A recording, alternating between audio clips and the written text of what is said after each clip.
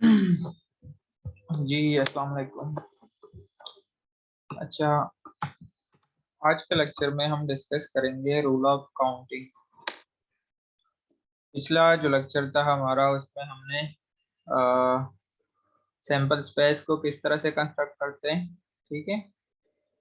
यानी कि उसके अंदर जो इवेंट्स आते हैं तो वो कितने होते हैं और वो किस तरह से बनाते हैं, क्वेश्चन से कैसे पता चलेगा, तो उसकी पूरी डिटेल जो है वो प्रीवियस लेक्चर में है। और कुछ प्रोबेबिलिटी के जो बेसिक टर्म्स थे वो भी हमने डिस्कस किए थे उससे प्रीवियस लेक्चर में। आज हम बात करेंगे रूल ऑफ काउंटिंग पे। रूल्स ऑफ काउंटिंग में हमारे पास तीन किस्म के रूल्स आते हैं। पहला हमारे पास है रूल ऑफ मल्टीप्लिकेशन, और दूसरे नंबर पे परम्यूटेशन है और कॉम्बिनेशन है। तो तीनों हम डिस्कस कर लेते हैं कि मल्टीप्लिकेशन का जो रूल है वो किस तरह से यूज होगा, परम्यूटेशन कहाँ पे यूज होगा और कॉम्बिनेशन को कहाँ पे यूज करेंगे, ठीक है। तो हम आते हैं इसकी तरफ।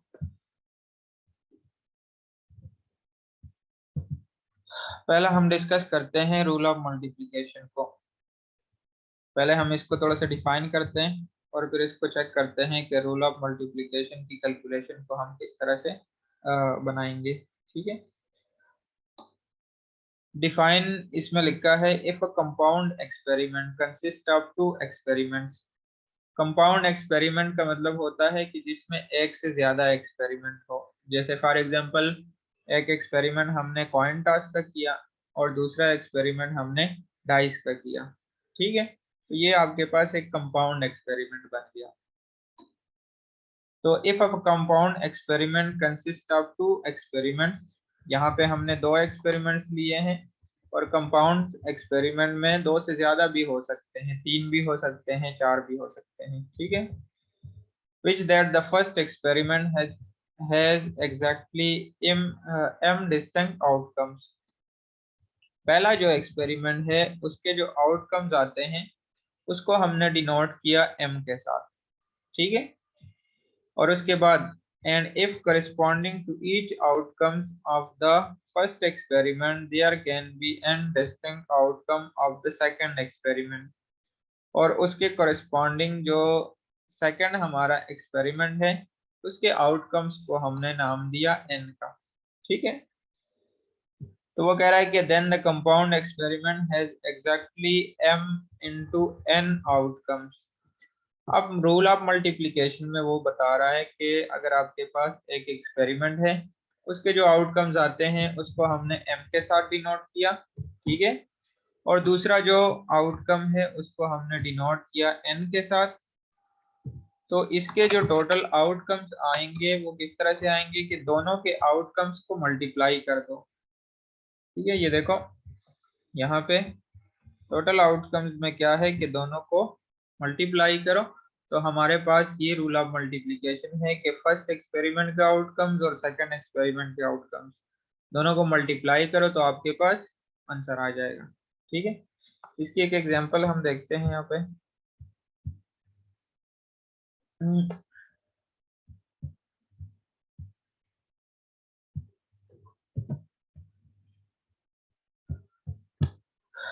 एक्सपेरिमेंट में हमारे पास है कि the compound experiment of tossing a coin and throwing a die together consist of two experiments. यहाँ पे हमने दो एक्सपेरिमेंट लिए हैं। पहला जो है कॉइन का है, ठीक है। और दूसरा जो है हमारे पास डाइस का है, क्लियर है। अब देखो, जब हमने कॉइन टॉस किया और जब हमने एक्सपेरिमेंट में डाइस जो है वो थ्रो किया, तो कॉइन टॉसिंग में हमारे पास जो आउटकम्स आते हैं वो आते हैं हेड और टेल, ठीक हो गया। यानी कि हमारे पास इसके आउटकम्स होते हैं दो। इसी तरह जब हम डाइस को थ्रो करते हैं तो उसके डिस्टिंक्ट जो आउटकम्स होते हैं वो होते हैं सिक्स, ठीक हो गया। तो लेट्स सपोज सोल्यूशन में अगर हम लिखे कि हमारे पास पहले एक्सपेरिमेंट के फर्स्ट एक्सपेरिमेंट के जो आउटकम्स हैं,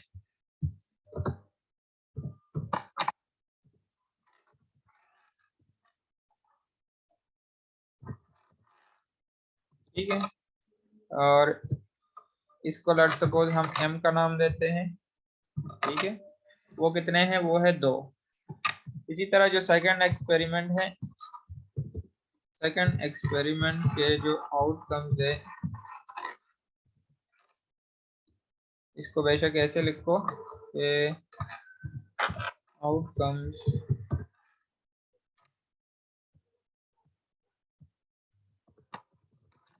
द फर्स्ट एक्सपेरिमेंट, ठीक है। वो कितने हैं, वो 2 है। और outcomes of the second experiment,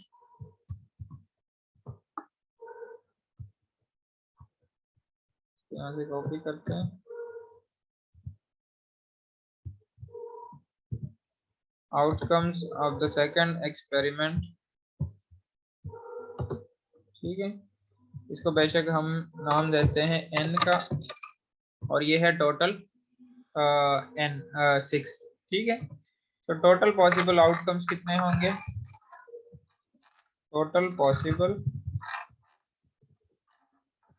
outcomes वो हमारे पास आ जाएंगे m multiply n is equal to 6 multiply 2, this is equal to 12, ठीक है। तो इस तरीके से हम रूल ऑफ मल्टीप्लिकेशन को अप्लाई कर सकते हैं। इसमें भी हम देख सकते हैं, देखो ये जो h है, इसको अगर कॉम्बिनेशन बनाए 1 के साथ, तो एक कॉम्बिनेशन इसके साथ बन जाएगी, h का 2 के साथ, h का 3 के साथ, 4 के साथ, 5 के साथ, 6 के साथ, ठीक हो गया। तो ये आपके पास 6 कॉम्बिनेशन बने। फिर उसके बाद t का 1 के साथ, 2 के साथ, 3 के साथ 6 तक जाएंगे, तो ये आपके पास टोटल बन जाएंगे 12, लेकिन वो बनाने की हमें जरूरत नहीं है, क्योंकि रूल ऑफ मल्टीप्लिकेशन में हो सकता है आपके पास 3 एक्सपेरिमेंट हो, 4 हो, तो उसमें हम जस्ट मल्टीप्लाई करके एक आंसर लेके आते हैं कि हमारे पास टोटल जो पॉसिबल आउटकम्स होंगे फॉर दिस कंपाउंड एक्सपेरिमेंट वो इतने हो सकते हैं, ठीक हो गया। अब हम आते हैं सेकंड एक्सपेरिमेंट पे। सेकंड एक्सपेरिमेंट में वो एग्जांपल में बता रहा है कि suppose that a restaurant offers 3 types of soups, 4 types of sandwich and 2 types of desserts, ठीक है। Then a customer can order any out of 3, 4 and 2। अब देखो यहाँ पे हमारे पास जो क्वेश्चन है उसमें कुछ 3 टाइप्स ऑफ सूप्स, ठीक है, यानी कि खाने के जो मुख्तलिफ डिशेज उन्होंने बताए हुए हैं, 3 टाइप्स ऑफ सूप्स है, 4 टाइप्स ऑफ सैंडविच से, ठीक है, एंड 2 टाइप्स ऑफ डेजर्ट से, ठीक हो गया। तो अब जो कस्टमर है वो अगर ऑर्डर करना चाहता है तो कितने, मतलब कितने कॉम्बिनेशन हो सकते हैं, ठीक है, यानी कि कितने पॉसिबल आउटकम्स हो सकते हैं तीनों डिशेस के। तो इसमें क्या होगा कि तीनों को हम मल्टीप्लाई कर देंगे, यानी कि रूल ऑफ मल्टीप्लिकेशन में क्या होगा कि तीनों को हम मल्टीप्लाई कर देते हैं। यहाँ पे देखो पिछले में हमारे पास जो एक्सपेरिमेंट था उसमें हमने उसको m और n का नाम दिया, क्योंकि वहां पे 2 एक्सपेरिमेंट थे। अब यहाँ पे चीजें 3 हो गई है, तो हम इसको बेशक n1 का नाम दो, ठीक है, और इसको बेशक n2 का नाम दो, ठीक हो गया। और जो तीसरा है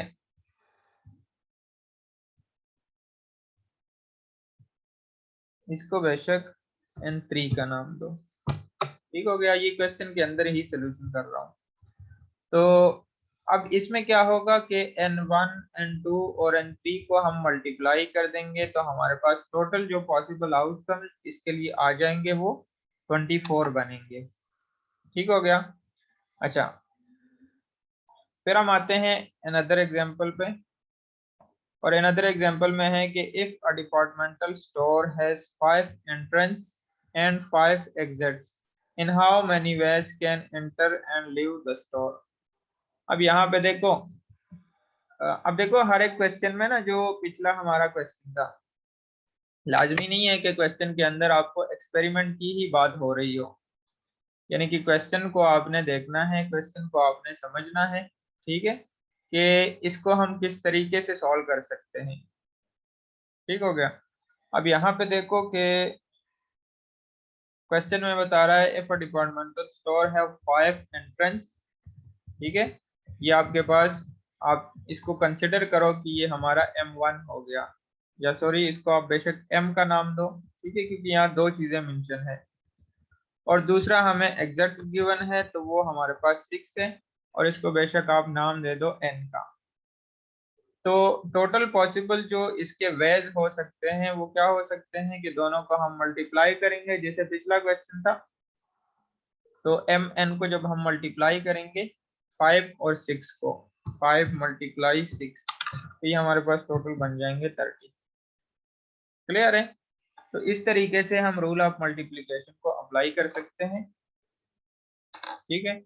और इसके बाद हम आते हैं परम्यूटेशन की तरफ।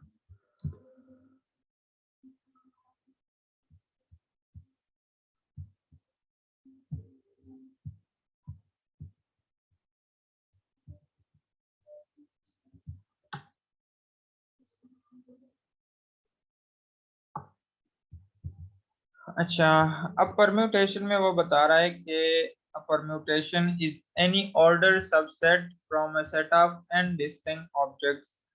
अब इसमें क्या है, इसमें वो बता रहा है कि हम कोई एक पार्ट सेलेक्ट करते हैं, ठीक है, कुछ एक आपके पास जो n वैल्यूज है उसमें से एक सब पार्ट सेलेक्ट करते हैं, और वो जो सब पार्ट सेलेक्ट करते हैं उसमें ऑर्डर जो है वो इम्पोर्टेंट होता है, ठीक है।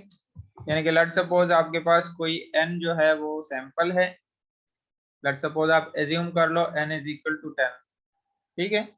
और फिर उसके बाद उस 10 में से एक सब सैंपल जो है वो हम सेलेक्ट करते हैं 3 का। तो वो कह रहा है कि ये जो 3 की सिलेक्शन हम कर रहे हैं उसकी अरेंजमेंट अगर इम्पोर्टेंट हो, ठीक है, तो हम यूज करेंगे परम्यूटेशन को। ये देखो जैसे हमने इसको डिफाइन किया है कि permutation is any order subset, यानी कि यहाँ पे क्या होगा कि ऑर्डर जो है वो इम्पोर्टेंट होता है। फिर जब हम कॉम्बिनेशन की तरफ जाएंगे तो उसमें लिखा होगा कि ऑर्डर जो है वो इम्पोर्टेंट नहीं होगा। तो ये आपको क्वेश्चन से कैसे पता चलेगा कि आपने कहाँ पे परम्यूटेशन को यूज करना है और कहाँ पे आपने कॉम्बिनेशन को यूज करना है। तो यहाँ पे हम क्वेश्चन की तरफ आते हैं, इस पर चेक करते हैं कि किस तरह से परम्यूटेशन जो है वो अप्लाई हो सकता है। अब यहाँ पे देखो, यहाँ पे लिखा है a club consists of 4 members. How many ways are there of selecting 3 officers, president, secretary and treasurer? ठीक है। अब यहाँ पे देखो जो पार्ट हम सेलेक्ट कर रहे हैं, ये देखो ये 3 हमने सेलेक्ट किए हैं, ठीक है। यानी कि जो हम अरेंजमेंट बना रहे हैं वो अरेंजमेंट हमारी बनेगी इन तीनों के हिसाब से। टोटल हमारे पास जो है वो कितने हैं, टोटल हमारे पास 4 मेंबर्स है, और 4 मेंबर्स में से हमने 3 पर्सन जो है वो सेलेक्ट करने हैं। अब वो 3 पर्सन कौन से हैं, अगर उन 3 पर्सन के नाम मेंशन हो या उसकी पोजीशन मेंशन हो, ठीक है। तो हम कहेंगे कि यहाँ पे जो है वो ऑर्डर इम्पोर्टेंट है। जैसे यहाँ पे इन्होंने जो 3 हम सेलेक्ट कर रहे हैं उसकी पोजीशन भी दी गई है, तो इसका मतलब ये हुआ कि ऑर्डर जो है वो इम्पोर्टेंट है। तो जहां पे ऑर्डर इम्पोर्टेंट हो वहां पे हम परम्यूटेशन को यूज करेंगे, ठीक हो गया। यहाँ पे सोल्यूशन में देखो, as the order is important so we need to find the permutation as. Permutation को हम डिनोट करते हैं NPR के साथ, ठीक है। N को ऊपर लिखते हैं लेफ्ट साइड पे, और R को जो है वो सबस्क्रिप्ट में लिखते हैं, और इसका फार्मूला बराबर होता है इसके n factorial divide by n minus r factorial.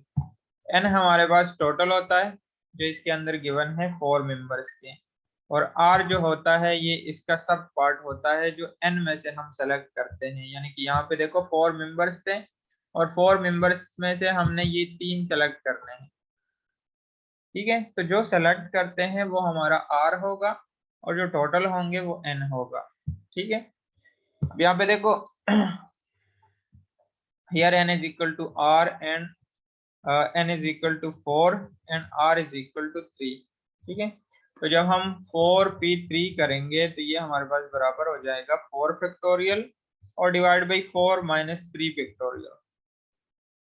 इसको सिंप्लीफाई करेंगे, ऊपर 4 फैक्टोरियल आ जाएगा, नीचे आ जाएगा 1 फैक्टोरियल। तो 1 फैक्टोरियल जो है ये हमारे पास 1 के बराबर होता है, ठीक है।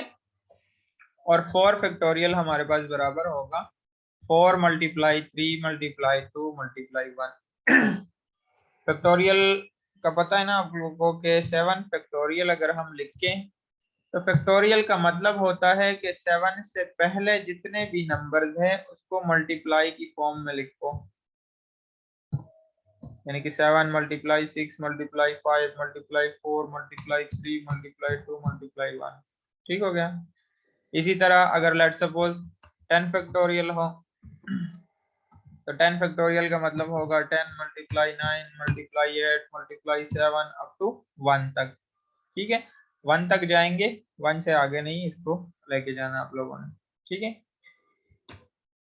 तो 4 फैक्टोरियल को हमने लिखा 4 मल्टीप्लाई 3 मल्टीप्लाई 2 मल्टीप्लाई 1, इसको हमने मल्टीप्लाई किया तो हमारे पास टोटल जो है वो 24 कॉम्बिनेशन बनते हैं। क्लियर है। एग्जाम्पल,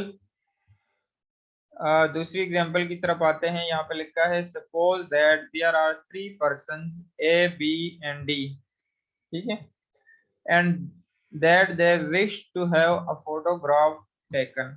अब देखो पिछला जो क्वेश्चन था उसमें से हमने n में से r को सेलेक्ट किया, ठीक है, एक सबसेट था।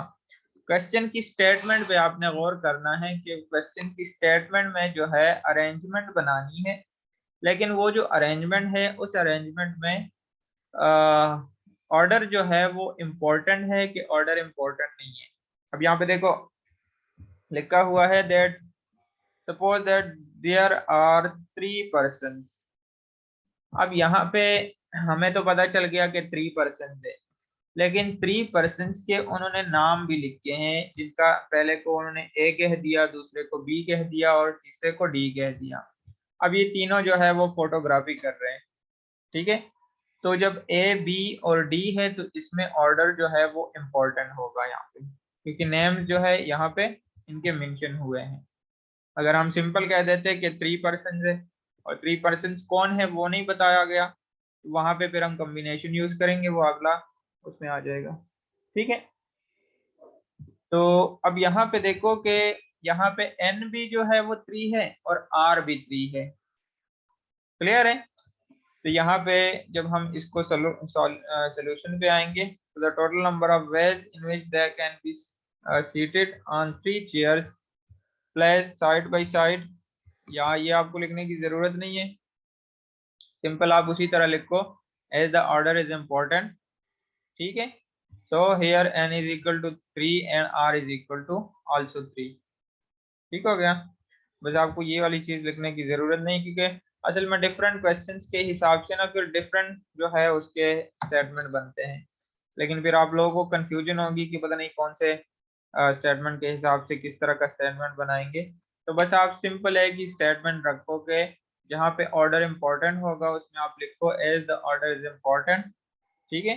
सो we need to find the permutation as. Clear है। यहाँ पे अगर आप चेक करो तो आपके पास n भी 3 है और r भी जो है वो 3 के बराबर है, क्योंकि यहाँ पे हमने कोई सब पार्ट जो है वो सेलेक्ट नहीं किया, हमारे पास ये 3 ही पर्सन है। क्लियर है। और तीनों ही फोटोग्राफी कर रहे हैं तो इट मीन्स के n भी 3 होगा और r भी हमारे पास 3 है।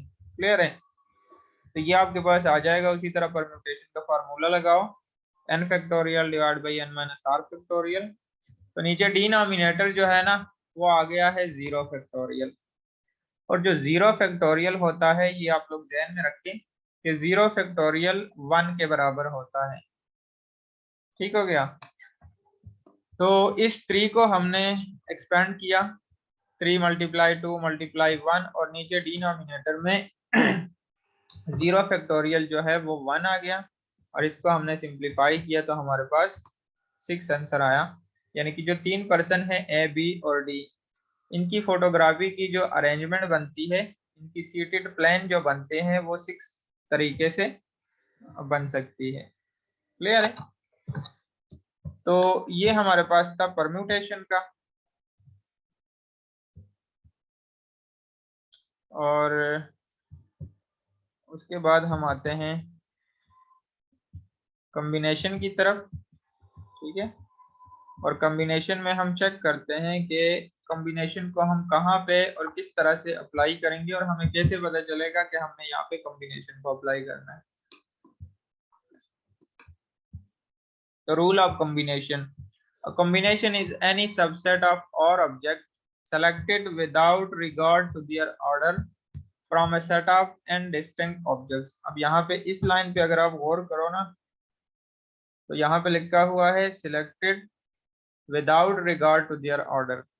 अब पिछला जो था उसमें ऑर्डर इंपॉर्टेंट था, जो परम्यूटेशन का था, लेकिन जो कॉम्बिनेशन है उसमें ऑर्डर इंपॉर्टेंट नहीं है। यानी कि अगर आपने कोई चीज सेलेक्ट भी करनी है तो सिलेक्शन की जो सिलेक्टेड पार्ट होगा उसके कोई नेम्स या उनकी कोई पोजीशन जो है वो मेंशन नहीं होंगे क्वेश्चन के अंदर। ठीक है, सिंपल ये लिखा होगा कि 10 में से हमने 3% सेलेक्ट किए। ठीक हो गया। वो 3% कौन है वो हमें नहीं पता। तो जैसे इस तरह की अगर आपको स्टेटमेंट मिले तो वहां पे आपने कॉम्बिनेशन को अप्लाई करना है। ठीक हो गया। यहाँ पे हम एक एग्जांपल देखते हैं। एग्जांपल में लिखा है a 3% committee is to be formed out from a group of 10 persons। ठीक है, in how many ways can this be done। अगर इस क्वेश्चन पे आप गौर करो तो यहाँ पे लिखा हुआ है कि in 3% committee a 3% committee is to be formed out from a group of 10 persons। तो 10 में से हमने 3 जो है वो बंदों की सिलेक्शन की है कमेटी के लिए। ठीक हो गया।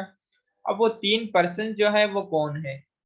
अब 3% की ना तो पोजीशन गिवन है ना उनके नेम्स गिवन है, तो वो 3% कौन है उसमें हमें कोई नहीं पता, ना क्वेश्चन में कोई उसका आइडिया दिया गया है। तो हम कहेंगे कि यहाँ पे ऑर्डर जो है वो इम्पोर्टेंट नहीं है। ठीक है, तो जहाँ पे ऑर्डर इम्पोर्टेंट ना हो तो फिर हम कॉम्बिनेशन का फार्मूला यूज करेंगे, और कॉम्बिनेशन का फार्मूला हमारे पास इसके बराबर है। इसको हम डिनोट करते हैं NCR के साथ। ठीक है, ऊपर उसी तरह n फैक्टोरियल, डिनोमिनेटर में n माइनस आर फैक्टोरियल और r फैक्टोरियल मल्टीप्लाई फॉर्म में। अगर आप गौर करो तो पिछला जो परम्यूटेशन था उसमें डिनोमिनेटर के पार्ट में सिर्फ और सिर्फ n माइनस आर होता था, ये वाला। ठीक है, और कॉम्बिनेशन में क्या होगा, कॉम्बिनेशन में साथ में ये r फैक्टोरियल भी होता है। ठीक है, तो जब हम इसको सॉल्व करेंगे तो हमारे पास यहाँ पे n जो है वो 10 है और r जो है वो 3 है। ठीक है, तो जब यहाँ पे जब हम इसको सॉल्व करेंगे तो हम लिखेंगे NC और 3। ठीक है, n हमारे पास 10 है और 3 जो है ये हमारे पास r है। ठीक है, तो ये आपके पास बराबर आ जाएगा, ऊपर जो है 10 फैक्टोरियल, नीचे डिनोमिनेटर में 10 माइनस 3 फैक्टोरियल और साथ में आ जाएगा 3 फैक्टोरियल मल्टीप्लाई फॉर्म में। क्लियर है। अच्छा, यहाँ पे हमने इसको सिंप्लीफाई किया तो ये हमारे पास आ गया 10 फैक्टोरियल, और नीचे डिनोमिनेटर में 10 में से 3 को माइनस किया तो 7 फैक्टोरियल आया, और ये वाला जो 3 फैक्टोरियल है ये साथ में मल्टीप्लाई फॉर्म में है। अब देखो, अब जो इसको हम एक्सपेंड करेंगे, ठीक है, तो नीचे डिनोमिनेटर में हमारे पास 7 फैक्टोरियल मौजूद है। ठीक है, तो जब हम 10 को एक्सपेंड करेंगे तो 10 multiply 9 multiply 8 multiply 7 multiply 6 multiply 5 4 3 2 और 1 तक लिखेंगे। लेकिन हमने क्या किया कि हमने यहाँ पे 7 तक इसको स्टॉप कर दिया, और 7 तक हमने इसको इसलिए स्टॉप किया क्योंकि नीचे डिनोमिनेटर में जो है वो 7 फैक्टोरियल है, तो ये वाला 7 फैक्टोरियल इस 7 फैक्टोरियल के साथ कैंसिल हो जाएगा। ठीक है, यानी कि अगले स्टेप में ये ऐसे आ जाएगा, अगले स्टेप में ये आ जाएगा। ठीक है, ये वाला जो 7 फैक्टोरियल है ये कैंसिल हो जाएगा इस 7 फैक्टोरियल के साथ। क्लियर है, और इसको मैं यहाँ से इरेज कर देता हूँ इस तरह का।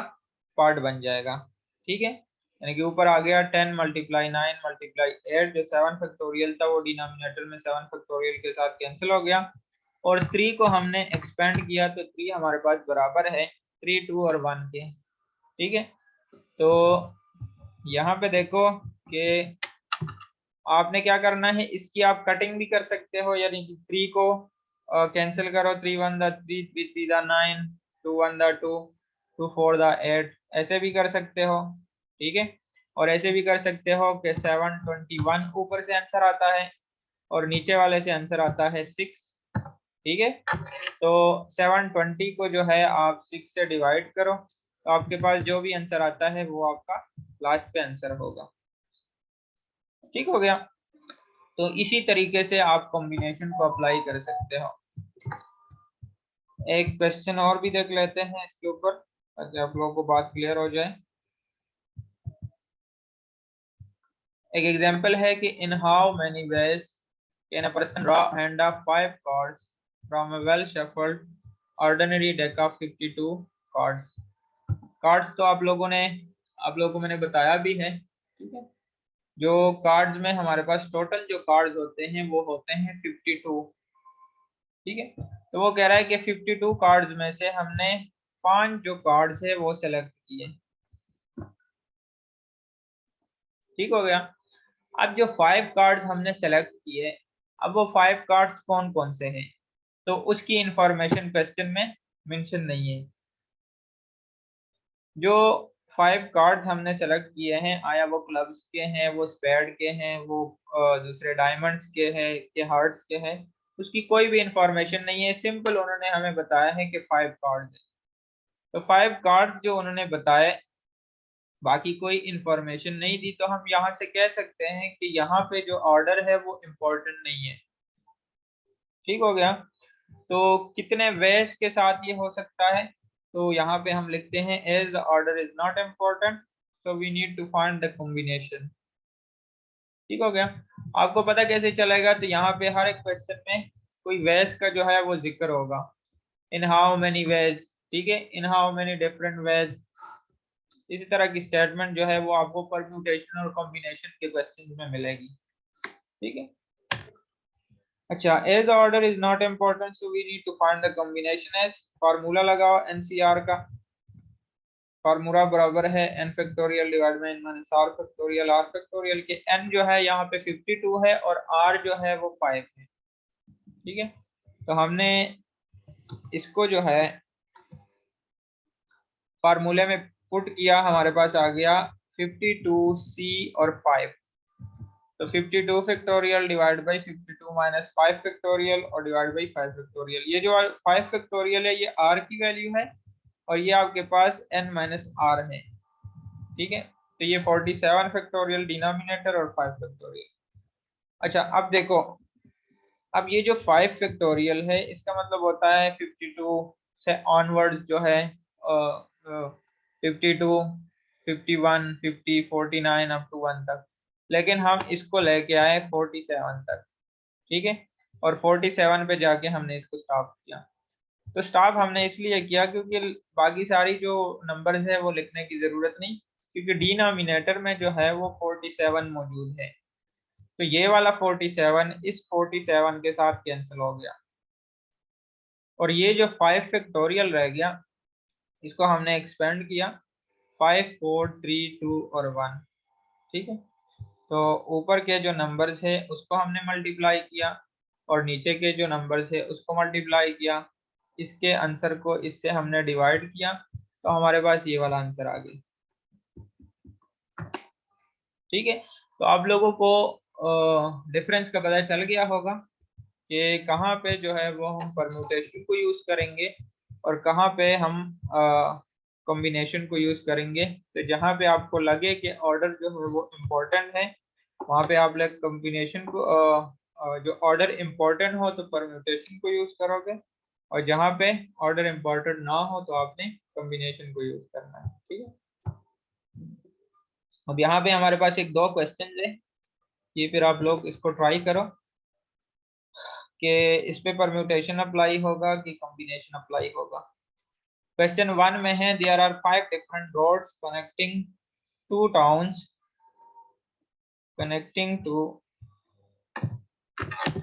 Towns A and B. In how many ways can a person go from A to B by one road and return by another? अब ये क्वेश्चन पे आपने गौर करना है कि इस क्वेश्चन में वो क्या बता रहा है और इस पे कॉम्बिनेशन अप्लाई हो सकता है कि परम्यूटेशन अप्लाई हो सकता है। ठीक है, अप्लाई दोनों हो सकते हैं, लेकिन कौन सा ठीक होगा। ठीक है, तो इस पे आपने गौर करना है। दूसरा है इन how many different ways can 11-man football team be chosen from a squad of 20 men if the positions are not ignored? तो इस पे भी आपने गौर करना है कि यहाँ पे जो है कॉम्बिनेशन अप्लाई होगा कि परम्यूटेशन अप्लाई होगा। ठीक है, तो इन दोनों क्वेश्चंस पे आप ट्राई करो और इस पे गौर करो कि किस तरह से ये हम इसको सॉल्व कर सकते हैं। ठीक है, तो बाकी इंशाल्लाह फिर नेक्स्ट लेक्चर में हम प्रोबेबिलिटी के कुछ क्वेश्चंस करेंगे। तो आज के लिए इतना काफ़ी है। ओके, अल्लाह हाफिज़।